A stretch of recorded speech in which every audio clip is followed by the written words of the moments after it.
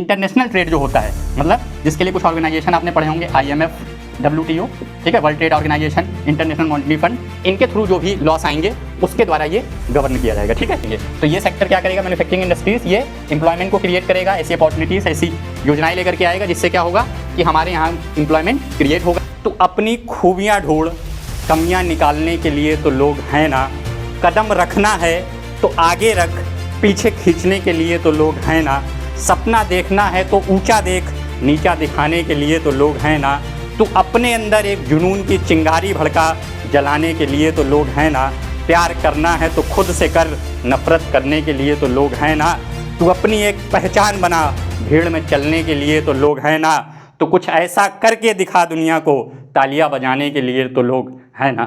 नमस्कार आप सभी को मेरे प्यारे दोस्तों, मैं आपका मेंटोर कह लें, बड़ा भाई कह लें, साथी कह लें, कुछ भी कह लें, आपके सामने फिर से हाजिर हूँ आपके चैनल पर द न्यू बिगनर पर एज असिस्टेंट मेंटोर के तौर पर।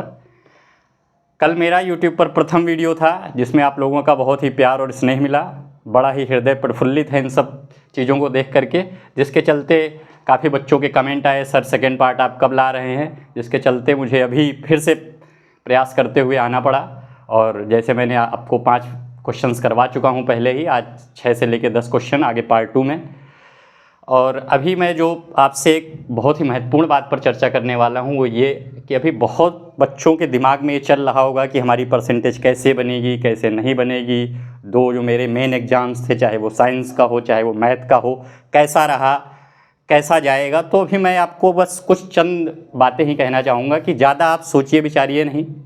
जिस प्लेटफॉर्म पर आप हैं, जितना आपने मुझको स्नेह दिया है, मैं और अच्छी मेहनत करूंगा, जितना पॉसिबल मुझसे हो सकता है, हमारी टीम से हो सकता है, हम इस चैनल पर वो सब कुछ आपके लिए करेंगे। बस आपके प्यार और स्नेह की आवश्यकता है हमको।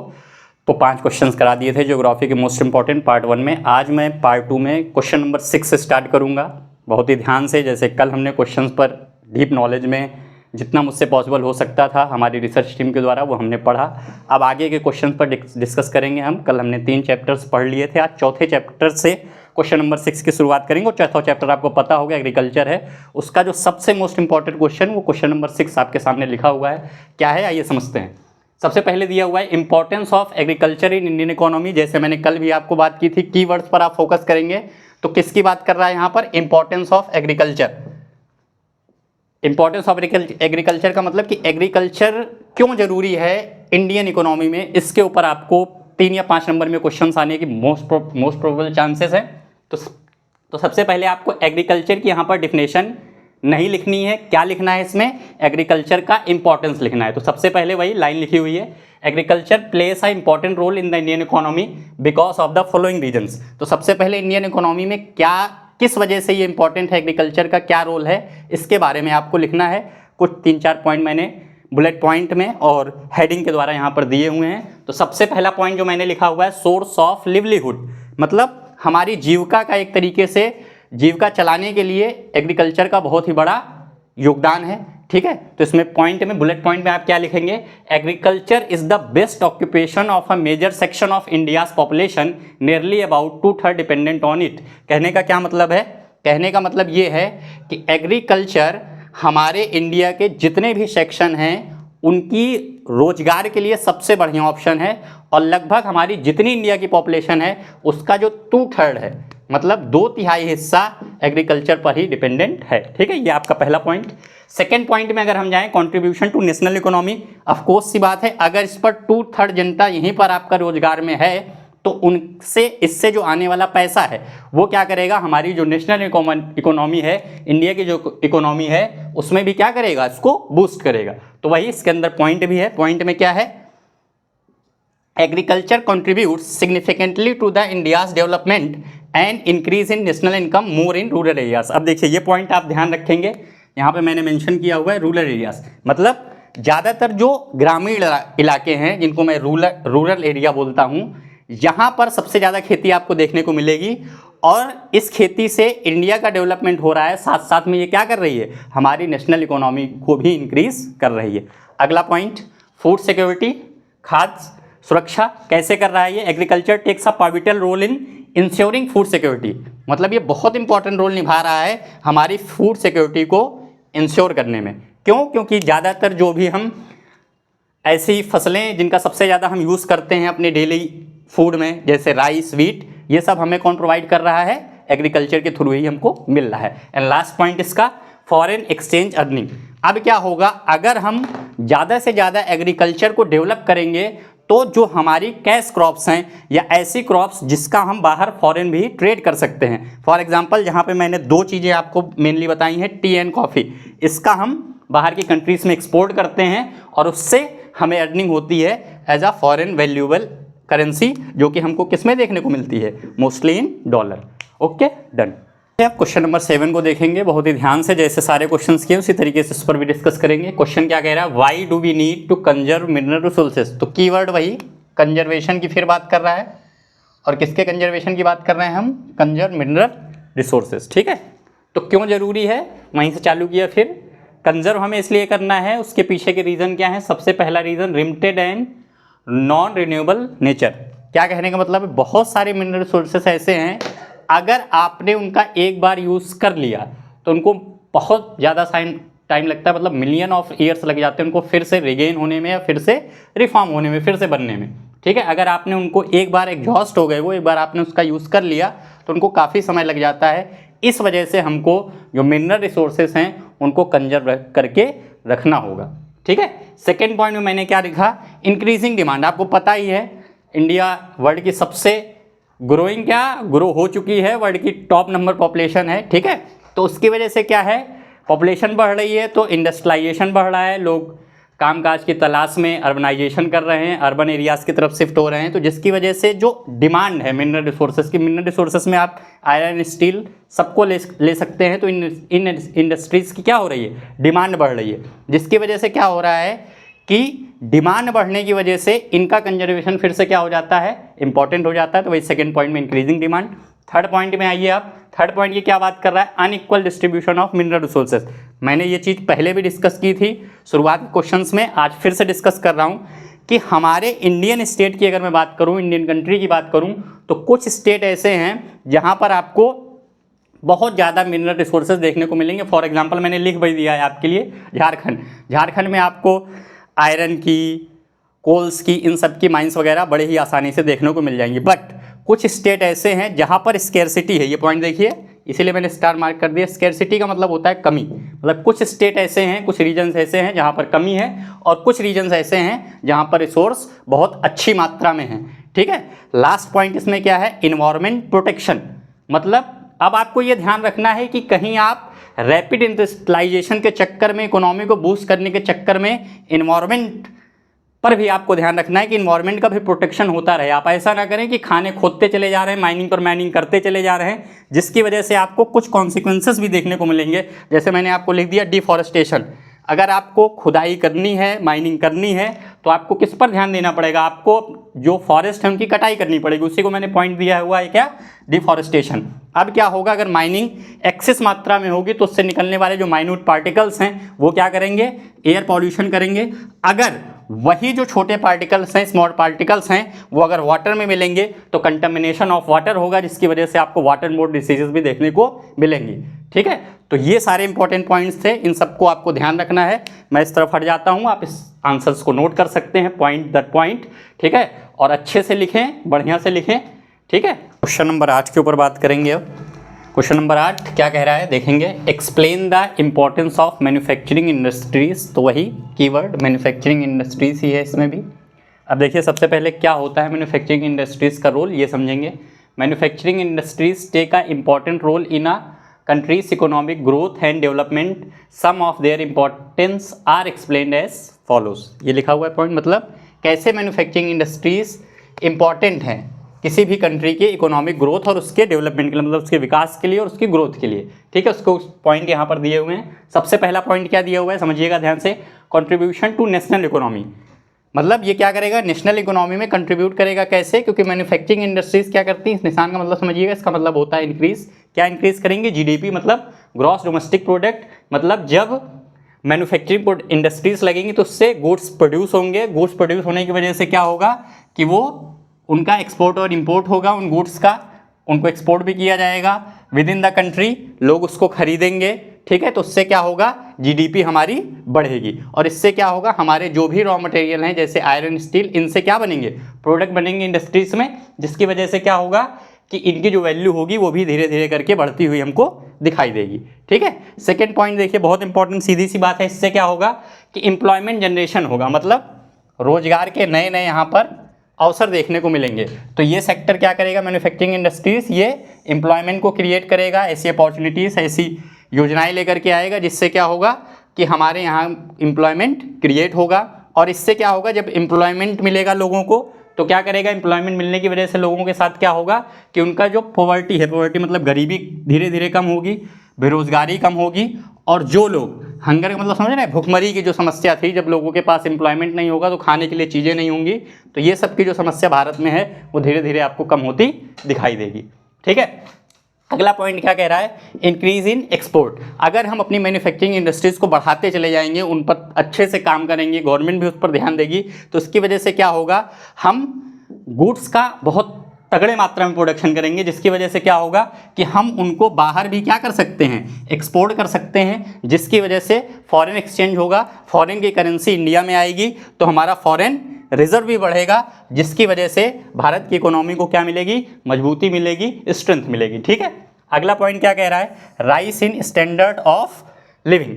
सिंपल सी बात है, अगर आपका एम्प्लॉयमेंट जनरेशन भारत में होगी तो लोगों के पास पैसे की मात्रा ज़्यादा होगी, तो क्या कर सकते हैं वो, रीजनेबल प्राइस में, क्योंकि मैन्युफैक्चरिंग तेज़ी से भारत में इंडस्ट्री बढ़ेगी तो क्या होगा, गुड्स अच्छे प्रोड्यूस होंगे, तो हमको रीजनेबल प्राइस में, मतलब जितनी हमारी आवश्यकता के अनुसार सही प्राइस में हमको चीज़ें मिल पाएंगी, जिसकी वजह से ओवरऑल हर एक आदमी की क्वालिटी की जो लाइफ होगी वो क्या होगी, इंप्रूव होगी, सुधरेगी। ठीक है। अगला पॉइंट क्या है, बैलेंस्ड रीजनल डिसएपेरिटीज।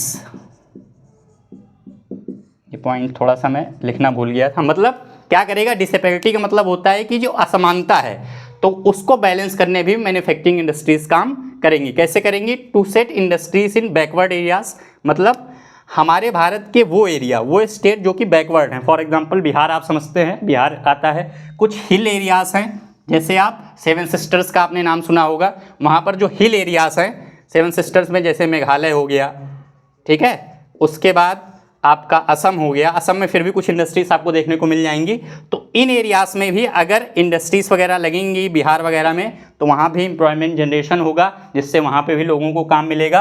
और इससे क्या होगा, जो रीजनल डिफरेंसेस हैं, मतलब जो स्टेट्स के बीच में, जैसे साउथ स्टेट और नदर्न स्टेट के बीच में टसल चलता रहता है, वो सारी चीज़ें भी सुधरेंगी। ठीक है। तो इससे ओवरऑल जो हर स्टेट आपस में आकर के एक साथ काम कर सकेंगे। तो ये सारे पॉइंट यहाँ पर मैंने आपको डिस्कस किए, जो इम्पोर्टेंस था इसका, कैसे नेशनल इनकम में कंट्रीब्यूशन है। तो ये सारे क्वेश्चंस के पॉइंट आप अच्छे से इसी तरीके से अपने आंसर में लिखें और ज़्यादा से ज़्यादा मार्क्स को फेच करें। ठीक, हम क्वेश्चन नंबर 9 के ऊपर बात करेंगे। क्या है question, why are the means of transportation and communication called the life lines of a nation and its economy. One of the most important question. समझिए क्या कहना चाह रहा है क्वेश्चन। कह रहा है जो ट्रांसपोर्टेशन एंड कम्युनिकेशन है वो किस तरीके से किसी भी कंट्री की इकोनॉमी के लिए एक तरीके से लाइफ लाइन है, मतलब इसी के थ्रू हो करके ही सारी इंडस्ट्रीज का कल्याण हो सकता है। ठीक है। तो इसके ऊपर आपको ये पॉइंट लिखना है। तो वहीं से मैंने शुरुआत की, बिकॉज मतलब क्योंकि, क्यों ये जरूरी है वो मैंने वहाँ से शुरुआत किया, क्योंकि वाई दिया हुआ, तो वाई का आंसर आपको कहाँ से देखने को मिलेगा, बिकॉज से मैंने चालू किया। बट आप बिकॉज से नहीं चालू करेंगे, आप कहाँ से चालू करेंगे, transportation and communications called the life lines of a nation and its economy, यहाँ से लिखेंगे, फिर उसके बाद बिकॉज लिख करके आंसर को चालू करेंगे। ठीक है। इस बात का आप ध्यान देंगे। वो मैंने आपको बिकॉज से चालू किया, बट आपको यहाँ से लेके यहाँ तक लिखना पड़ेगा, फिर यहाँ से बिकॉज से आप चालू करेंगे।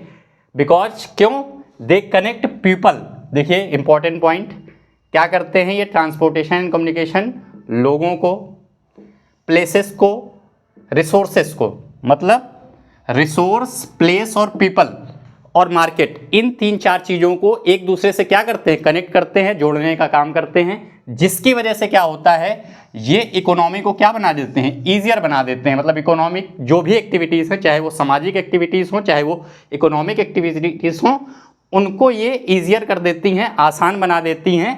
कौन सी 2 चीज़ें, कौन से 2 sector, transportation and communication sector जो हैं ये क्या करते हैं, किसी भी नेशन की इकोनॉमी में लोगों को जोड़ने का काम करते हैं। ठीक है। इस वजह से क्या होता है कि इसी वजह से इनको लाइफलाइन बोला जाता है किसी भी नेशन की इकोनॉमी का, ठीक है। अब इसके बाद क्या क्या इसके रीज़न हैं वो आपको 5 पॉइंट मैंने लिखे हुए हैं, पहले तो आप देख लें 5 पॉइंट को ठीक से, फिर मैं एक्सप्लेन करने चल रहा हूँ, ठीक है। सबसे पहले क्या कह रहा है, movement of goods and raw material. अब क्या करता है, ऑफकोर्स सी बात है, आपको पता होगा ट्रांसपोर्टेशन, किसी भी इंडस्ट्री में अगर कोई चीज़ बनी, मैन्युफैक्चरिंग कर दी गई, गुड्स बन गए, अब वो गुड्स लोगों तक पहुंचेंगे कैसे, तो उसके लिए सबसे इंपॉर्टेंट जो मीडियम आता है वो आता है ट्रांसपोर्टेशन, कि आपके पास ट्रांसपोर्टेशन फैसिलिटी होनी चाहिए। फॉर एग्जांपल आपके पास अच्छी सड़कें हों, ठीक है, और वहाँ सड़कों पर चढ़ने के लिए आपके पास अच्छे ट्रक हों, जिसकी वजह से हम जो भी वहाँ पर गुड्स प्रोड्यूस हुआ उसको हम एक जगह से दूसरी जगह तक ईजिली लेके जा सके। तो वही मैंने पॉइंट लिखा हुआ है आगे, helps in carrying raw materials, ठीक है, टू इंडस्ट्रीज। अब देखिए सबसे इंपॉर्टेंट पॉइंट ये समझिए, रॉ मटेरियल, पहले तो रॉ मटेरियल आप पहुंचाओगे तब तो फिनिश गुड्स बनेगा, रॉ मटेरियल को पहुंचाने के लिए भी ट्रांसपोर्टेशन जरूरी है। फिर जब गुड्स बनके तैयार हो जाएगा, फिनिश्ड हो गया, फिर वहां से फिनिश्ड गुड को कहां पर लाना होगा आपको, मार्केट में, क्योंकि मार्केट के थ्रू ही कंज्यूमर को वहां पर मिलेगा, ठीक है। तो मार्केट लाने के भी ट्रांसपोर्टेशन, फिर यह क्या करेगा, जिसकी वजह से क्या होगा, सपोर्ट करता है ट्रांसपोर्टेशन किसमें, एक तो इंडस्ट्री के डेवलपमेंट में, और साथ ही साथ जो रॉ मटेरियल हमको कहाँ से मिलेंगे, एग्रीकल्चर के थ्रू, उनके डेवलपमेंट में भी, ठीक है। तो पहला पॉइंट क्लियर, ओके, ठीक। आइए सेकंड पॉइंट पे आते हैं, क्या कह रहा है सेकंड पॉइंट में, facilitate trade and commerce. Trade का मतलब आप समझते होंगे व्यापार, ठीक है, वाणिज्य व्यापार को किस तरीके से फैसिलिटेट करते हैं ये दो सेक्टर, ट्रांसपोर्ट एंड कम्युनिकेशन, उसके बारे में है। ये शॉर्टकट मैंने लिखा हुआ है, बट आप पूरा लिखेंगे ट्रांसपोर्टेशन एंड कम्युनिकेशन, मेरी तरीके मत लिख के आइएगा एग्जाम में, ठीक है, फुल लिख के आएंगे आप, ट्रांसपोर्टेशन एंड कम्युनिकेशन, यहाँ पे मैंने शॉर्टकट लिख दिया है, ठीक है। तो ट्रांसपोर्टेशन एंड कम्युनिकेशन क्या कर रहा है, promote international and internal trade, ठीक है। ये थोड़ा सा देखिएगा, ये पॉइंट दूसरा है, ठीक है, इसको आप इसमें मत मिस कर दीजिएगा, ठीक है। International and internal trade, increase in economy, क्या कहने का मतलब है कि ये क्या करेगा, ये सेक्टर क्या करेंगे, प्रमोट करेंगे, किसको प्रमोट करेंगे, इंटरनेशनल एंड इंटरनल। इंटरनल का मतलब भारत के अंदर वाला ट्रेड, और इंटरनेशनल मतलब विश्व के तौर पर, मतलब जो एक्सपोर्ट इंपोर्ट करेंगे उसको भी प्रमोट करने में ये क्या करते हैं, बहुत ही अपनी महत्वपूर्ण भूमिका निभाते हैं, ठीक है। अगला पॉइंट है, तीसरा पॉइंट, नेशनल इंटीग्रेशन।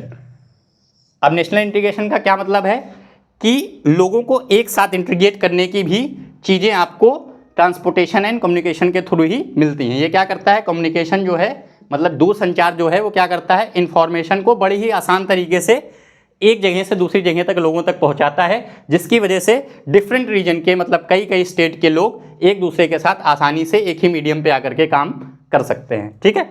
अगला पॉइंट है एम्प्लॉयमेंट जनरेशन। ये पॉइंट आपको बार बार मिल रहा है, पिछले क्वेश्चन में भी मिला था। तो ये कुछ पॉइंट हैं जिन पर आपको फोकस रखना है। जैसे एक मैंने आपको वर्ड ये लिखवाया था, सस्टेनेबल डेवलपमेंट। तो इस शब्द का यूज़ आप लगभग आंसर्स में कर सकते हैं। जहां पर कंजर्वेशन की बात होगी वहां पर ये वर्ड आपके लिए बहुत इंपॉर्टेंट हो जाएगा, मतलब इस वर्ड को आप लिख ही सकते हैं, ठीक है। उसके बाद मैंने आपको बताया रीजन को यूनाइट करने में, ठीक है। अब एम्प्लॉयमेंट जनरेशन कैसे करेगा कि ये सेक्टर, इसमें जो लोग भी काम करेंगे, दिस सेक्टर का मतलब कौन से सेक्टर की बात कर रहा हूं मैं, ट्रांसपोर्टेशन एंड कम्युनिकेशन की। ये सेक्टर क्या करेंगे, ट्रांसपोर्टेशन कम्युनिकेशन, अब दूरसंचार है, बीएसएनएल है, और भी जितनी भी इसमें काम करने वाले कई सारे लोग होंगे, इंटरनेट एक्टिविटीज़ में काम करने वाले लोग हैं। तो ये लोग क्या करेंगे, जब इसमें काम करेंगे तो उनको एम्प्लॉयमेंट जनरेशन का भी एक तरीके से काम कर रहे हैं ये सेक्टर। ट्रांसपोर्टेशन सेक्टर में रोडवेज बनेंगे, हाईवेज बनेंगे, रेलवे का नेटवर्क बनेगा, तो उसमें भी कई सारे लोग काम करेंगे। तो कुल मिलाकर के ये दोनों सेक्टर क्या कर रहे हैं, बहुत सारे लोगों को एम्प्लॉयमेंट देने का भी काम कर रहे हैं, ठीक है। लास्ट पॉइंट क्या है इसका, प्रमोट टूरिज्म एंड सर्विसेज। मतलब अब क्या कहने का मतलब है, जब ये ट्रांसपोर्टेशन एंड कम्युनिकेशन बहुत अच्छा होगा किसी भी कंट्री का, तो इसकी वजह से क्या होगा, गुड्स एक जगह से दूसरी जगह जा सकते हैं, जिसकी वजह से क्या होगा कि ट्रांसपोर्टेशन एंड कम्युनिकेशन की वजह से लोग एक जगह से दूसरी जगह जाने की भी कोशिश करेंगे, ठीक है। तो इससे क्या होगा, ओवरऑल टूरिज्म बढ़ेगा, मतलब लोग पर्यटन के तौर पर भी एक जगह से दूसरी जगह जाएंगे, और जिसकी वजह पर्यटन के तौर पर जाएंगे तो वहाँ पर जो छोटे मोटे वहाँ पर रहने वाले लोग हैं वो छोटी मोटी दुकानें लगा सकते हैं, ठीक है, सर्विसेज दे सकते हैं जो लोग वहाँ पर टूरिज्म के लिए आएंगे, ठीक है। तो इससे क्या होगा, ओवरऑल ये दो सेक्टर भी तेज़ी से बूस्ट होंगे with the help of transportation and communication, ठीक है। इस वजह से इकोनॉमी में भी क्या देखने को मिलेगा आपको, बूस्ट, नेशनल इनकम भी लोगों की बढ़ेगी। तो ये सारे पॉइंट्स को भी आप ठीक तरीके से 5 पॉइंट बुलेट पॉइंट क्यों इम्पॉर्टेंट है इसको भी आप लिख के नोट कर सकते हैं। तो फाइनली हमारा लास्ट क्वेश्चन 10th क्वेश्चन, ठीक है। 9 क्वेश्चंस में जितना मुझसे हो सका मैंने आपको फुल देने की कोशिश की, ठीक है। ये लास्ट क्वेश्चन, ठीक है, 10वां क्वेश्चन, हमारा आखिरी क्वेश्चन ज्योग्राफी सेक्शन का, ठीक है। इसको डिस्कस करते हैं। What is meant by trade, what is the difference between international and local trade. Trade क्या है, व्यापार क्या है, उसके बाद अगला क्वेश्चन क्या है, डिफरेंस क्या क्या है इंटरनेशनल और लोकल ट्रेड। लोकल ट्रेड मतलब जो trade with in the country हो, और इंटरनेशनल ट्रेड का मतलब जो एक देश के साथ नहीं, बाहर के कई सारे देशों के साथ, 2 या 2 से ज़्यादा देशों के साथ जो ट्रेड होता है उसको हम इंटरनेशनल ट्रेड कहते हैं। ओके, तो ठीक है, सबसे पहले आपको वही कीवर्ड ट्रेड मीन पूछ रहा है, मतलब क्या होता है इसका। तो सबसे पहले हमने ट्रेड की क्या लिखी definition, trade refers to exchange of, देखिए इंपॉर्टेंट वर्ड क्या है, exchange of goods and services, मतलब वस्तु और सेवाओं का एक्सचेंज। मतलब एक देश विद इन द कंट्री की बात करूँ या मैं एक से ज़्यादा कंट्री की बात करूँ, एक्सचेंज करना सामान का, चीज़ों का या सर्विसेज का, सेवाओं का एक्सचेंज करना किसके किसके बीच में, या तो लोगों के बीच में हो जाए, या तो रीजन मतलब एक स्टेट दूसरे स्टेट के साथ, या कंट्रीज के बीच में हो जाए, तो इसी को हम क्या बोलेंगे, ट्रेड बोलेंगे। ओके, अब क्या करता है ट्रेड का इंपॉर्टेंस क्या है, किस चीज़ में मदद करता है ये, it helps in the movement of excess और सरप्लस। मतलब किसी भी कंट्री या किसी भी स्टेट में अगर किसी गुड्स का एक्सेस है, वो ज़्यादा मात्रा में है, सरप्लस मात्रा में है, तो वो कहाँ पर चीज़ों को भेजेगा, उन एरियाज में जहाँ पर उस गुड्स की क्या है, डिमांड है, मतलब जहाँ पर उसकी मांग ज़्यादा है। तो उसकी वजह से क्या होगा, जब आप एक्सेस सरप्लस गुड्स को उस एरिया में भेजेंगे तो उसकी वजह से क्या होगा, उस एरिया में उस गुड्स मिल जाएगी, जिन लोगों को वो गुड्स चाहिए होगा उनको मिलेगा, और साथ में जो एरिया एक्सेस सरप्लस है, जो गुड्स भेजेगा उसको क्या मिलेगा, आमदनी होगी उसकी ट्रेड के थ्रू, ठीक है। तो ओवरऑल इससे क्या होगा, किसी भी इकोनॉमी का क्या होगा, डेवलपमेंट होगा, ठीक है। उसकी जो भी इकोनॉमी है उसका क्या होगा, विकास होगा। अब इसके बाद सेकेंड पॉइंट क्या था, डिफरेंस बताना था इंटरनेशनल लोकल ट्रेड में। तो आप चाहें पेपर में ऐसे लाइन खींच के भी कर सकते हैं, आपके ऊपर है, ठीक है। लाइन खींचिए, एक तरफ लोकल ट्रेड, दूसरी तरफ इंटरनेशनल ट्रेड। अब देखिए ये आसान हो जाएगा, इसीलिए मैंने इस तरीके से बताया आपको। इसमें क्या, लोकल ट्रेड जब विद इन कंट्री, मतलब जो व्यापार है वो स्टेट के बीच में हो और कंट्री के अंदर ही हो, तो उसको किस में रखोगे आप, लोकल ट्रेड में। बट वहीं अगर इंटरनेशनल की बात करूं मैं, तो क्या हो जाएगा, ट्रेड 2 या 2 से ज़्यादा कंट्रीज़ के बीच में होगा, मतलब उसमें विद इन स्टेट होगा, क्योंकि लोकल है स्टेट के अंदर में ही, किसी एक देश के अंदर में, और यहाँ 2 या 2 से ज़्यादा देश के बीच में ट्रेड होगा, ठीक है। सेकेंड पॉइंट क्या कह रहा है, विद इन लोकल और नेशनल बाउंड्री, मतलब लोकल स्टेट के अंदर में या तो नेशनल बाउंड्री, मतलब किसी एक देश के अंदर की जो बाउंड्री फिक्स है, जैसे इंडिया है तो इंडिया की जो बाउंड्री फिक्स है, जितने भी 28 स्टेट हैं, 9 यूनियन टेरिटरी हैं, उनके अंदर में ही पूरा आपका, ठीक है, ट्रेड होना चाहिए, ठीक है। तो उसको हम किस में रखेंगे, लोकल ट्रेड में। और वहीं मैं बात करूं, जैसे इंडिया मान लीजिए किसको, बांग्लादेश को, ठीक है, कॉटन का कुछ भी बेच रहा है, ठीक है, तो ये किस में आ जाएगा, इंटरनेशनल ट्रेड में, ठीक है। क्योंकि इंडिया दूसरे देश में क्या कर रही है, अपनी बाउंड्री से बाहर जाकर के, बियॉन्ड जाकर के क्या कर रही है, ट्रेड कर रही है, ठीक है। तीसरा पॉइंट क्या कह रहा है, सेम नेशनल करेंसी यूज, मतलब ऑफकोर्स सी बात है, इंडिया के अंदर स्टेट में ट्रेड हो रहा है तो हमारा जो रुपया चलता है उसी में पूरा का पूरा ट्रेड होगा।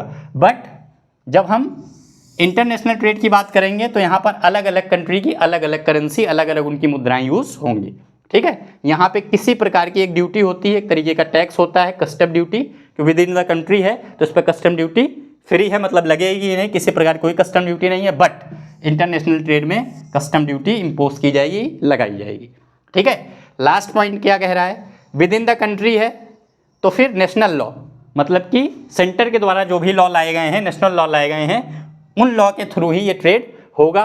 बट यहाँ पर इंटरनेशनल ट्रेड जो होता है, मतलब जिसके लिए कुछ ऑर्गेनाइजेशन आपने पढ़े होंगे, IMF, WTO, ठीक है, world trade organisation, international monetary fund, इनके थ्रू जो भी लॉस आएंगे उसके द्वारा ये गवर्न किया जाएगा, ठीक है। तो ये आपका लास्ट क्वेश्चन था, ठीक है। तो आज हमने ज्योग्राफी के 10 के 10 5 कल किए पार्ट 1 में, 5 आज किए। जितने most probable, most important questions थे, जो पॉइंट आपको लिखने हैं, जिस तरीके से लिखने हैं, और स्ट्रक्चर भी मैंने आपको बताया, सेम इसी स्ट्रक्चर को फॉलो करें, बढ़िया नंबर आएंगे, इस बात का विश्वास रखें, अपने ऊपर कॉन्फिडेंस रखें, ठीक है, और बढ़िया से तैयार करें। Wish you all the best. Okay, bye bye, good night.